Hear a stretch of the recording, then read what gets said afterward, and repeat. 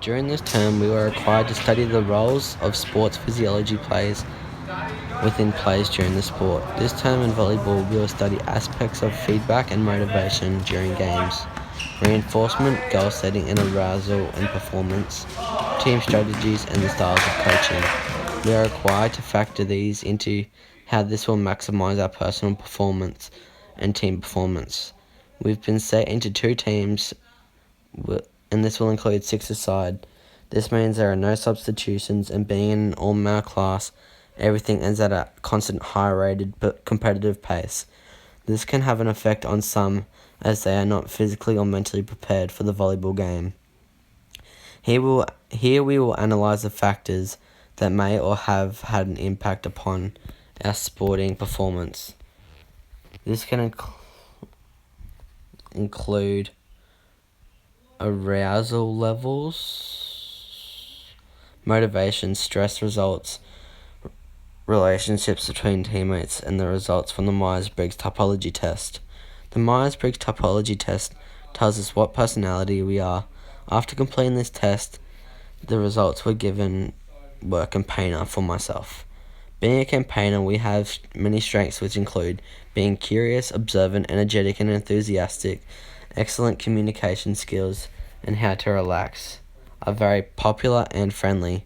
Each of these characteristics help with the performance on the volleyball court, as being energetic can help motivate other players on your team, and having excellent communication skills help being able to talk with others on your team. Along with the positives, there's always negatives. And being a campaigner, they are poor practical skills, find it difficult to focus, overthink things, highly emotional, get stressed easily, and are independent to a fault. And this means if you can't get the campaigner focused, then it will be difficult for them to become involved. If the player fails to reach the point, they become independent of faults, and this can make them overthink and become stressed. During our game of volleyball, our arousal levels were extremely high as we got carried away with music playing in the background and lots of chatter. We got distracted and overexcited with the task at hand. Comparing the two classes, Class 1 is more motivated and involved than Class 2. As in the videos, it is clearly evident that in Class 1 there is more movement and talking compared to Class 2, as you can see them standing there unprepared with minimal communication. This can have a major effect on the performance upon each team. Each player has a relationship with one another, and this can have an effect on the team if this is a good or bad relationship. Having a good relationship means there will be lots of chatter, but too much can be bad, as you may become distracted. Having a bad relationship means there will be a lack of conversation on the court, and this will have an effect on the team, as they will start blaming each other for mistakes. To improve on these issues and factors, it is recommended that you attempt to have a stable relationship with the majority of your team, as this can have a major effect on the performance in these last weeks of gameplay. Another strategy would be to communicate with others on your team and motivate and congratulate others if they get the point. This can boost the motivation and arousal levels of the individual or team.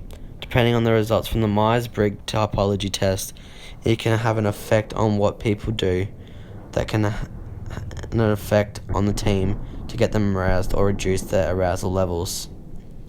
Changes that could be made to improve the individual team is to talk to the team or individual and suggest ways that you can help improve their performance, and ask what position they prefer playing most. Increasing the arousal levels could be as simple as adding music. Being in Class 1 and having music playing gets everyone motivated and ready to play.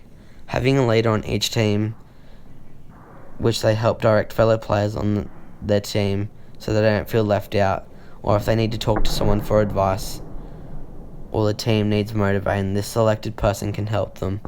This can also change each week, so players become confident not only on the volleyball court but with talking to others outside of class. This would have a major effect on the performance of players in the future, as then they are able to communicate with others confidently, control their arousal levels, learn new team skills, and team leading and learn how to play volleyball. In conclusion, the techniques and strategies used to help improve our performance in the volleyball games not only help us on a personal level, but also on a team level, as one person can have a major effect on a team, and making sure everyone's motivation and arousal levels are just right is crucial, as it may decide whether your team wins the game.